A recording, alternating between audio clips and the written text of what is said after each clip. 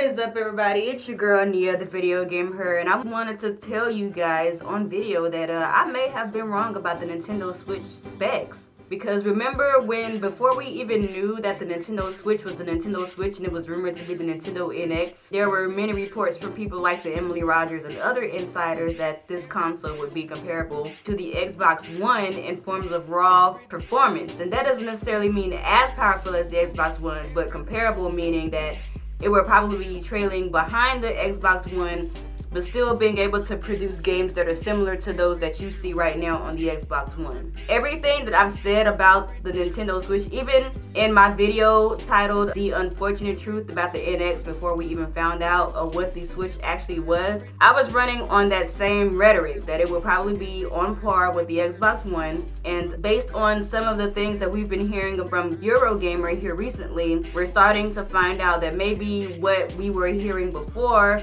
isn't necessarily the whole truth based on raw numbers. I don't really know how to feel about this because I've always been under that impression that the other rumors were from credible sources, but since Eurogamer are the official tech guys in the industry, it does make me wonder how off base people were when talking about the power of this system and things like that.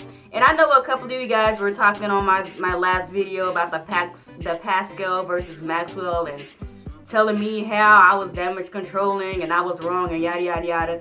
But you have to understand that my thoughts were based solely on rumors that were being talked about just some months ago about it being on par with the Xbox One. So I was going off of that rhetoric, including the rhetoric of the CEO of Nvidia, who said that the games will be easy to port from the PS4 and Xbox One to the Nintendo Switch, as well as the other reports from developers like from Bethesda, just some other rumblings around the industry from actual devs and things like that, saying that the Nintendo Switch was going to be easy to port.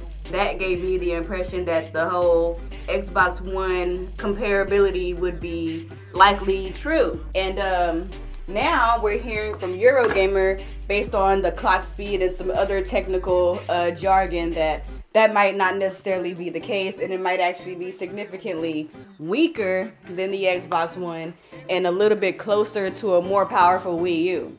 And I don't know how true that is, because sometimes raw numbers don't tell you the whole story, but I will tell you this. If these spec rumors are true and Eurogamer is telling us the truth based on what we're going to be seeing in the final product, then I do find that a little disconcerting. It's kind of weird. Like, I'm kind of like in this weird place about the whole situation, because everything that we've been hearing about this thing has been so totally conflicting with these raw numbers being told to us by Eurogamer. Because we had this report from yesterday saying that the Nintendo Switch is going to be supporting Vulkan and OpenGL and another, I can't remember the name at the moment, I apologize to you guys. And then we've also been hearing some rumors that the Nintendo Switch is also going to be supporting Unreal Engine 4. So it begs the question, what exactly is the secret sauce in this system that Nvidia and Nintendo have came up with? Because if the raw numbers aren't there, but the other aspects are there, like it being easy to port, easily scalable, supporting Unreal Engine 4, Vulkan, OpenGL, and things like that, what exactly is it to this system that makes it so enticing to developers? Because, I mean, don't get me wrong, the Wii U had the same situation, right? We had all of these third-party developers coming from all out of the woodwork saying how the Wii U was like a great system and things like that. But for the Nintendo Switch, it's been like a different type of tune. Back when the Wii U was announced and unveiled, you had developers saying that it seems like a decent piece of tech. But now, with the Nintendo Switch, you have these developers like the people from freaking Bethesda, of all people, saying how it's good. And Bethesda shat on Nintendo like all last generation, right?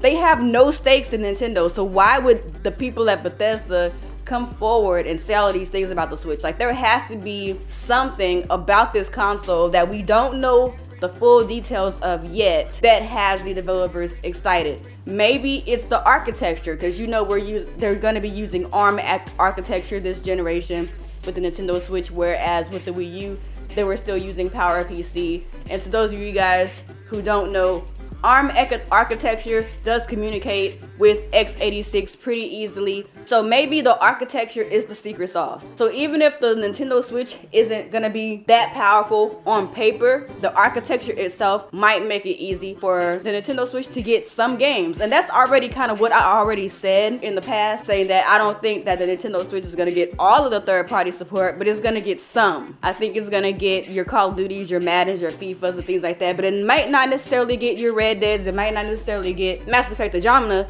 but it will get enough third-party to count and to come in and step up and quell those gamers who always need something to play, where like, unlike with the Wii U, it always suffered from all of these game droughts and things like that.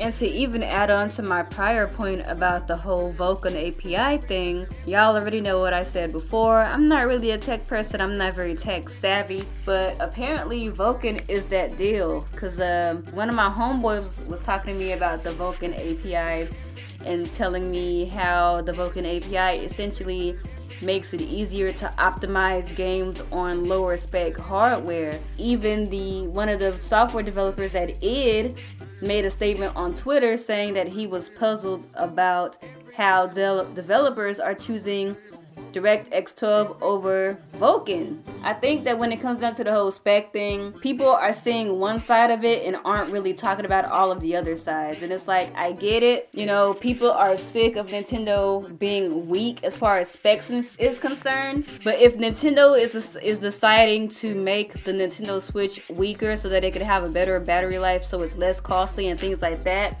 they also need to be talking about the other sides of this console as well, like these new APIs that are going to be native to the Nintendo Switch that could make porting games easier for developers. And if developers aren't tripping about it, then why are we? So I don't really know how to feel. These reports are super conflicting.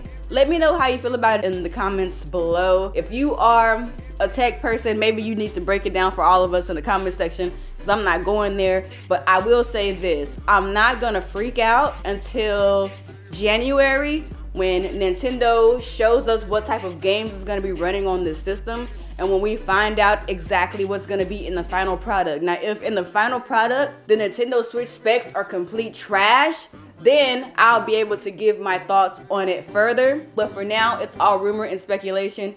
Granted, from people who have really good inside sources and are usually pretty dead on with the information that they get from these sources. So I'm not gonna say, oh, they're just looking for clickbait and things like that. I don't really think that that is the case this time around.